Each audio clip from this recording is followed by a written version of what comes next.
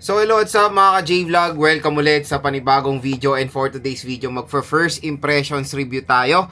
And this time, itatakil natin yung napakalupit na 5G smartphone ngayon, which is a Poco M8 Pro. Ito po yung successor sa napakabenta na Poco M7 Pro. Tara, pag-usapan natin.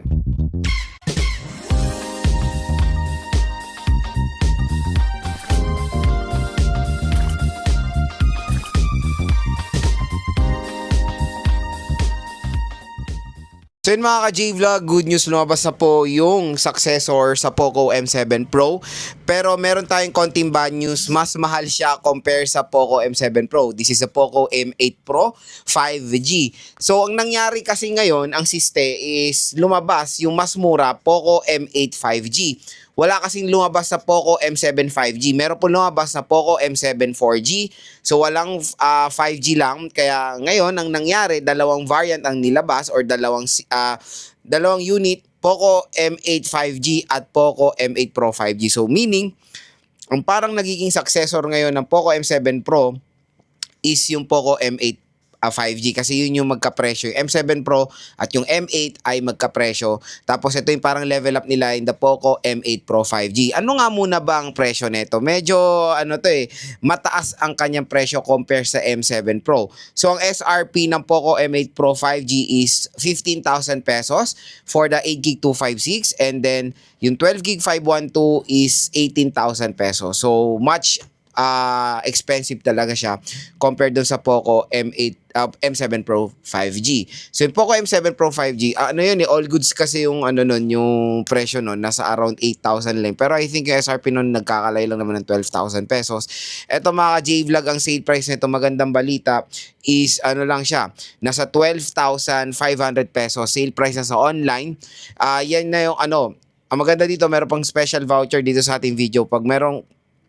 Pag clinic nyo yung link dito sa ating video, may magge-generate pong special voucher up to 1,000 pesos off. So pwede nyo siya makuha at a range ng 12 to 13,000 pesos for the 8GB 256, and for the 512GB mga idol, pwede siya makuha at around 15,000 pesos. So 15 sarado baka makuha nyo yung Poco M8 Pro 5G. As you can see, when it comes sa sale price niya, medyo malayo nga talaga sa M7 Pro na parang nasa entry level, and this is itong M8 Pro 5G is a mid-range segment talaga siya.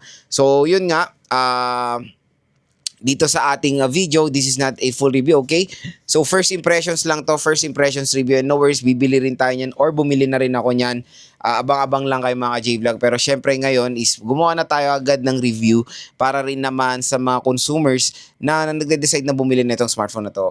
And quick reminder lang na pwede tayo magbigay ng solo open agad sa smartphone. Pwede na natin silang talakayin, pwede na natin pag-usapan based sa specifications at magbigay ng first impressions para rin makatulong sa mga consumers natin na hindi ganun ka-aware when it comes sa mga specification ng smartphone. Tiyatanong ng Lods, okay ba itong bilhin? Mas better ba yung iba? Ano ba? Ito na ba yung bibiling kong smartphone ngayon 2026? Okay? So dito sa ating video, sasagutin natin lahat yung mga katanungan nyo, at yun nga, ang mahal nito pag bibili nyo sa mall, sobrang layo ng SRP, kaya dito lang kayo bibili sa ating view products. So usapang specifications tayo dito sa Poco M8 Pro 5G. Malaki yung display nito, to be honest. Ang layo doon sa M7 Pro 5G. So meron siyang 6.83 inches, 1.5K resolution ng display. So level up, kumbaga, ang display. So nakakatuwa, ang mga mid-range ngayon is beyond 1080p resolution ng ino-offer. This is 1.5K resolution.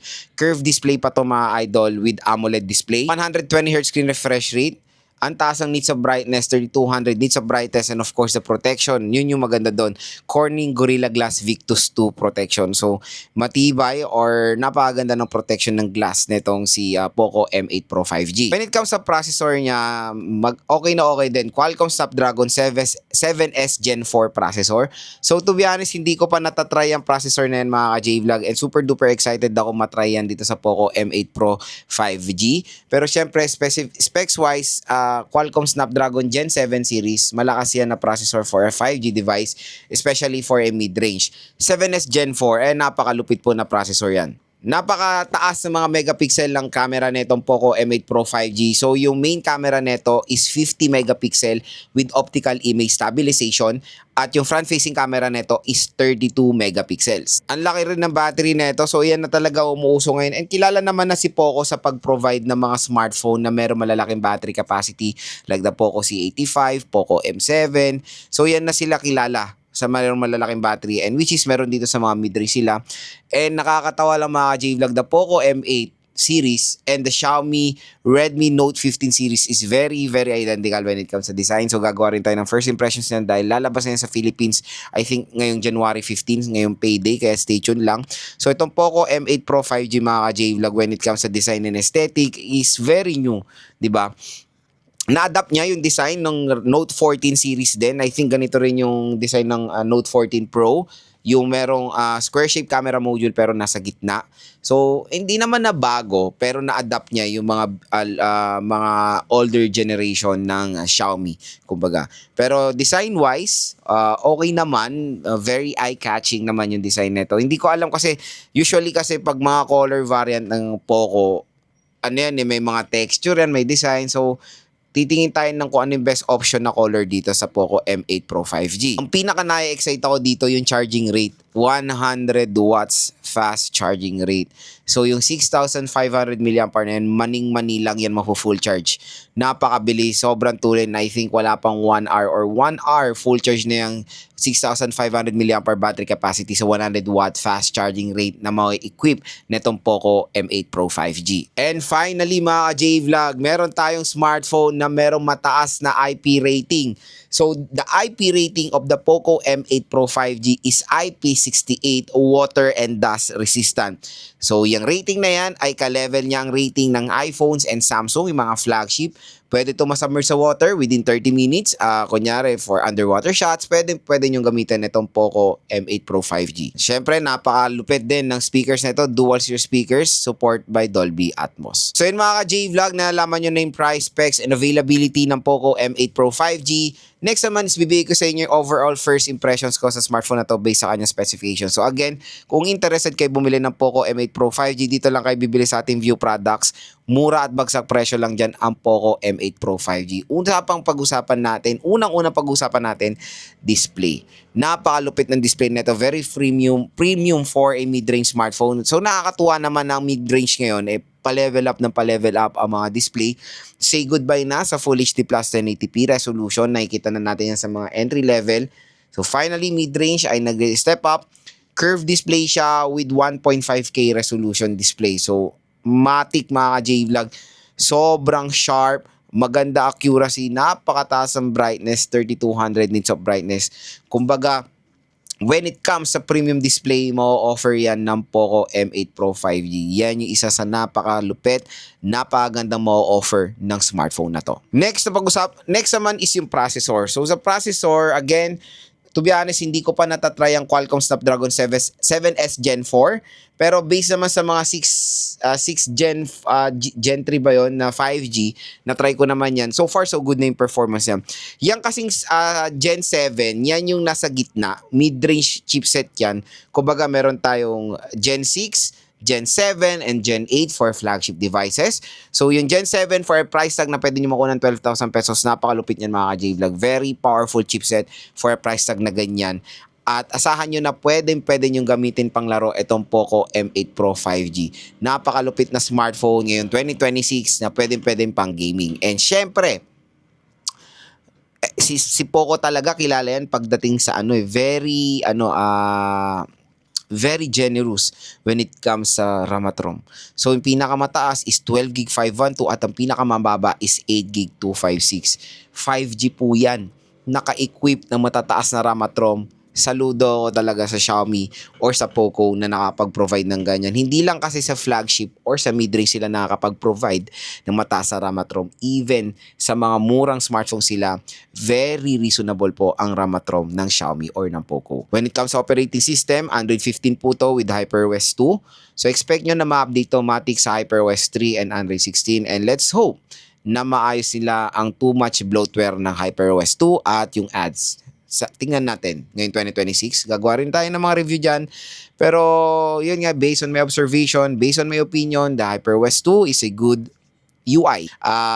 Very user-friendly na UI pero ang dami lang talagang bloatware and ads. Siyempre, ang maganda sa Poco M8 Pro 5G is meron siyang NFC capability. Alam niyo naman ng NFC ay very useful na ngayon yan dahil meron na po tayong support ng Google Pay. So, pwede nyo ilagay dito yung mga credit cards nyo via Google Pay at pwede nyo gamitin ang smartphone nyo to pay some purchases nyo basta merong tap to pay ang shop. Diba? So, very convenient. Pwede nyo i-link ang GCash nyo sa Google Pay at pwede nyo gamitin ang smartphone nyo pang bayad. Hindi nyo na kailangan magdala ng cash. Yan ang isang makapangyarihan na madudulot ng NFC. Okay? So, NFC, asahan nyo na yan for a flagship, for a mid-range smartphone, meron talagang NFC capability itong device na to. When it comes sa camera niya, meron siyang dual rear camera system. So, meron siyang ultra-wide camera and a main camera na 50 megapixel. So, buti na lang si Poco M8 Pro 5G ay merong ultra-wide camera system. So, very useful na camera at nakakatuwa lang, di ba? Pero as you can see, when it comes sa design, pag malayuan, akala nyo apat ang camera ng Poco M8 Pro 5G. Hindi po. Design lang yung iba. And I think isa is flash. Tingnan nga natin ulit yung, yes, flash yung isang butas. And I think yung isa is IR blaster or parang sensor lang. Pero in reality, dual camera system siya. Pero again, napaganda na meron tong ultra-wide camera support. At malinaw din ang front-facing camera na mapoprovide ng Poco M8 Pro 5G.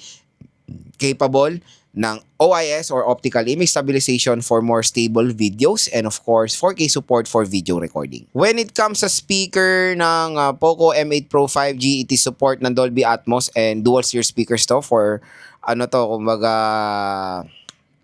immersive sound. Okay? So, several units naman na na-try ko na merong dual series speakers, especially for a mid-range device na maganda naman na mapoprovide. Expect nyo ganito rin dito sa Poco M8 Pro 5G. Pinaka dito, magiging selling point nito is of course the battery. Napakalaki ng battery, 6,500 mAh at hindi lang yun. Yung charging rate niya is very, very convenient. 100 watts fast charging rate. So, kumbaga, tulad ng sinabi ko kanina, is yung 6,500 mAh battery capacity nito in less than 1 hour lang, mga full charge yun na. Dahil sa kanya napakatulin, super duper bilis na fast charging rate. And design-wise, tingnan natin sa ating unboxing. Kasi usually pag ganito mga minsan may mga special colors na may leather, ganyan sa Note 14 eh. Yung violet nila is leather, iba is plastic or I think, yes, polycarbonate yun I think eh. Pinakamaganda rin dito is yung kanyang rating. So meron tong IP68 or IP69 water and dust resistant. So mataas na IP rating for a price tag na ganito. And nakakatuwa lang na nakakapag-provide na mga mid-range smartphone na merong protection na pwede masubmerge sa water. Okay? So itong Poco M8 Pro 5G ay pwede po masubmerge sa water. I think, yes, within 30 minutes. With certain deep and again meron ng mga certain limitation yan pero maganda, meron siyang ganyang feature na pwede nyo masubmerge sa water na ang inyong smartphone. Okay? So yung protection nito ay makikita rin natin sa protection ng very expensive na iPhone 17, 17 Pro Max and of course the Samsung Galaxy S25 Ultra. So again mga ka-J-Vlog, ganyan ang ating first impressions dito sa Poco M8 Pro 5G. Medyo lang, nakakagulat na sobrang layo ng price niya compare sa Poco M7 Pro 5G. So tulad ng sinabi ko sa earlier part ng ating video, maka-accept natin na ang successor ng Poco M7 Pro 5G is the Poco M8 5G. Kasi yun po yung magkapresyo halos. Yung Poco M8 Pro 5G is parang level up na version ngayon ng M8. And when it comes sa specs, napakamura niya. Ang laki po na matitipid niya pag dito kayo bumili sa ating View products. Kaya dahil lang kayo bibili, ang laki po na makukuha niyong discount 12,000 pesos. For us 12,000 pesos based on the specifications na mapoprovide ng Poco M8 Pro 5G, napakasulit po. Huwag na kayo magdalawang isip hanggang sale. Grab nyo na yung chance na makuha ito ng napakamura. So abangan nyo na lang po yung unboxing, review, and game test natin dito sa Poco M8 Pro 5G.